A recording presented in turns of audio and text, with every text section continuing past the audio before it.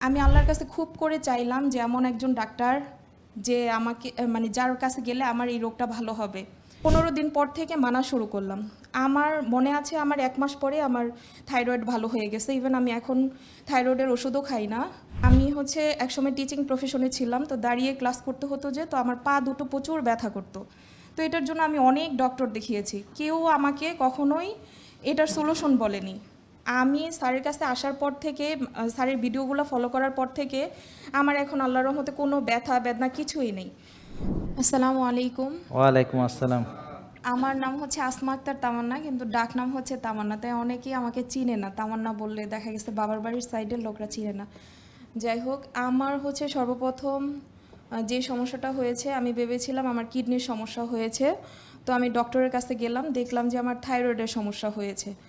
তো ডক্টর বলল যে এটা সারা জীবন ওষুধ খেয়ে যেতে হবে। তো বললাম যে যেই রোগের জন্য সারা জীবন ওষুধ খেতে হয়, তাহলে তো এটা ভালো হলো না, তাহলে আমি ওষুধ খাবো কেন? আর আমার একটা ভালো গুণ ছিল, ছোটোবেলা থেকে আমি ওষুধ পছন্দ করতাম না। তারপর আমি আল্লাহর কাছে খুব করে চাইলাম যে এমন একজন ডাক্তার যে আমাকে যার কাছে গেলে আমার এই রোগটা ভালো হবে। তো অনেক কেঁদেছি আল্লাহর কাছে। তখন আমি মোবাইল সম্পর্কে এত ভালো বুঝতামও না। আমি খুবই একটা কনজারভেটিভ ফ্যামিলি থেকে এসেছি। তো স্যারের একটা ভিডিও, তখন আমি সার্চ দিয়ে যে দেখতে হবে এই জ্ঞানটুকু আমার ছিল না। তো স্যারের একটা ভিডিও দেখলাম, এরকম দেখার পরে আবার আস্তে আস্তে ভিডিও আসা শুরু করলো। তো এরকম দেখতে দেখতে আমি 15 দিন পর থেকে মানা শুরু করলাম। আমার মনে আছে আমার 1 মাস পরে আমার থাইরয়েড ভালো হয়ে গেছে। ইভেন আমি এখন থাইরয়েডের ওষুধও খাই না। তো আল্লাহর রহমতে ভালো। ইভেন আচরণগত সমস্যা যে ছিল সেগুলোও ভালো হয়ে গেছে, ব্যথা যে ছিল সেগুলোও ভালো হয়ে গেছে। আর আমি একসময় টিচিং প্রফেশনে ছিলাম, তো দাঁড়িয়ে ক্লাস করতে হতো, যে তো আমার পা দুটো প্রচুর ব্যথা করতো। তো এটার জন্য আমি অনেক ডক্টর দেখিয়েছি, কেউ আমাকে কখনোই এটার সলিউশন বলেনি। আমি স্যারের কাছে আসার পর থেকে, স্যারের ভিডিওগুলো ফলো করার পর থেকে আমার এখন আল্লাহর রহমতে কোনো ব্যথা বেদনা কিছুই নেই। ইভেন আমার হাজব্যান্ডের লিভার গ্রেড 2 যেটা বলা হয়, ফ্যাটি এটা লিভার ছিল। গ্রেড 2, হ্যাঁ, হ্যাঁ। এটা ছিল। উনি সব সময় দেখা গেছে সকালে উঠে এমন অবস্থা হতো, কিছু খেতে পারতো না, বমি চলে আসতো। তো এটা দেখে খুব খারাপ লাগতো। যদিও উনি আমার মতো প্রথম অবস্থায় স্যারকে অতটা গ্রহণ করেনি। তারপর আমি যেহেতু রান্না করি। গ্রহণ করেন মানে দেখতে পারতো না, সত্যি হ্যাঁ, কথা কও। জি। তো আমার দেখতে পারতো না। আমাকে বলতো যে জাহাঙ্গীর কবির স্যার তো তোমার পীর। আমি বললাম হ্যাঁ, পীর অর্থ তো পথ প্রদর্শক, যে স্যার আমাকে পথ দেখাচ্ছে, যেটা সঠিক পথ, খাবারের প্লাস স্বাস্থ্যের। তো এখন ইসলামেরও, জি, ইসলামের পূর্ণাঙ্গ কোরআন জীবন হাদিসের। ব্যবস্থা। আমাদের জেকে লাইফ স্টাইলটা কিন্তু পূর্ণাঙ্গ জীবন ব্যবস্থা। তারপর ওনার এই যে আমি রান্না করে ওনাকে খাওয়াচ্ছি, ওনাকে কিন্তু বলি নাই যে এটা খাও, এটার গুণাগুণ এটা, শুধু খাওয়াচ্ছি। আর বলতাম যে একটু ব্যায়াম করো, একটু শ্বাসের ব্যায়াম করো, এগুলো বলতাম, দেখায় দিতাম, আমি করতাম। যখন করতাম তো আমার সাথে সাথে আমার ছোট মেয়ে করতো। তো পরে উনিও একটু একটু করতে করতে পরে ওনাকে যখন নিয়ে আসলাম, ওনাকে 24 সালে নিয়ে এসেছি এইখানে। ওনার রিপোর্ট আলহামদুলিল্লাহ সব ভালো, জাস্ট একটু ভিটামিন ডিটা একটু কম ছিল, রোদে বসতে চাইতো না, তো এর জন্য একটু কম ছিল, কিন্তু তারপর অত খারাপ ছিল না, 84 ছিল। তারপর যে ওনার তো লিভার আল্লাহর রহমতে ভালো হয়ে গেছে। ওনার শ্বাসকষ্টের সমস্যা ছিল, সেটাও আলহামদুলিল্লাহ ভালোর পথে, কিন্তু আমার মতো অতটা মানেনি, কিন্তু এখন অনেক মানতেছে আলহামদুলিল্লাহ।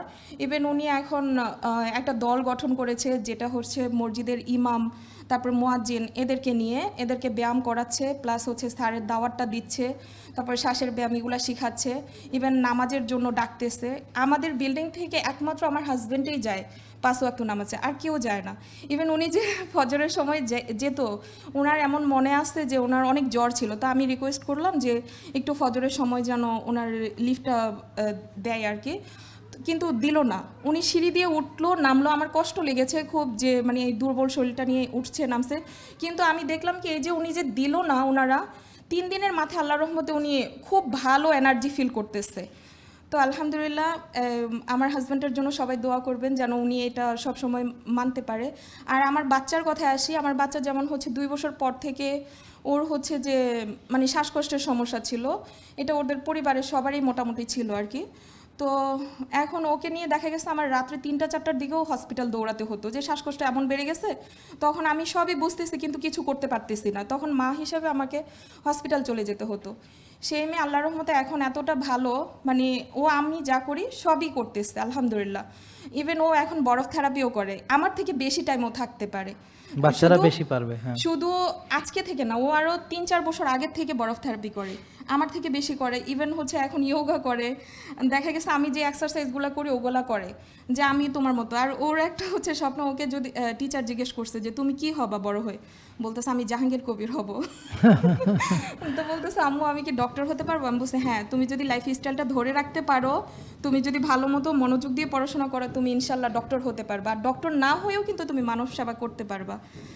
এটাই আর কি বলার ছিল। আর করোনাকালীন হচ্ছে যে স্যারের যে মেসেজটা দিয়েছিল যে টিকা গ্রহণের ব্যাপারে, আমরা কেউ টিকা নিই নি, আলহামদুলিল্লাহ অনেক ভালো আছে। আমার হাজব্যান্ড কিন্তু বাহিরে ওনার যাতায়াত ছিল, ইভেন ফরেনাররা আসতো যে ওনাদের সাথে উঠা বসা ছিল, কিন্তু উনি টিকা নেয় নাই, উনি আলহামদুলিল্লাহ অনেক ভালো আছে। আর হাজব্যান্ডের কিন্তু আবার যে কি বলে এটাকে, চুলকানির যে একটা সমস্যা ছিল, এটাও ছিল, এটা একদম পুরোপুরি আল্লাহর রহমতে ভালো হয়ে গেছে। সব ভালো হয়ে যাবে, বললাম তো, হ্যাঁ, কোনো রোগই থাকবে আলহামদুলিল্লাহ। না। এখন ওয়েট নিয়ে করতেছে, জিম করতেছে, আলহামদুলিল্লাহ এখন আগের তুলনায় অনেক ভালো আছে। আলহামদুলিল্লাহ, তাহলে তো খুবই ভালো। হ্যাঁ, অনেক ধন্যবাদ, এটা তোমার জন্যে এটা পুরস্কার, যে ভালো থাকো। আসসালামু আলাইকুম। হ্যাঁ, পুরো ফ্যামিলি নিয়ে সবাই ভালো থাকে, এটা হচ্ছে কথা। জেকে লাইফস্টাইল, ওষুধ মুক্ত সুস্থ জীবন।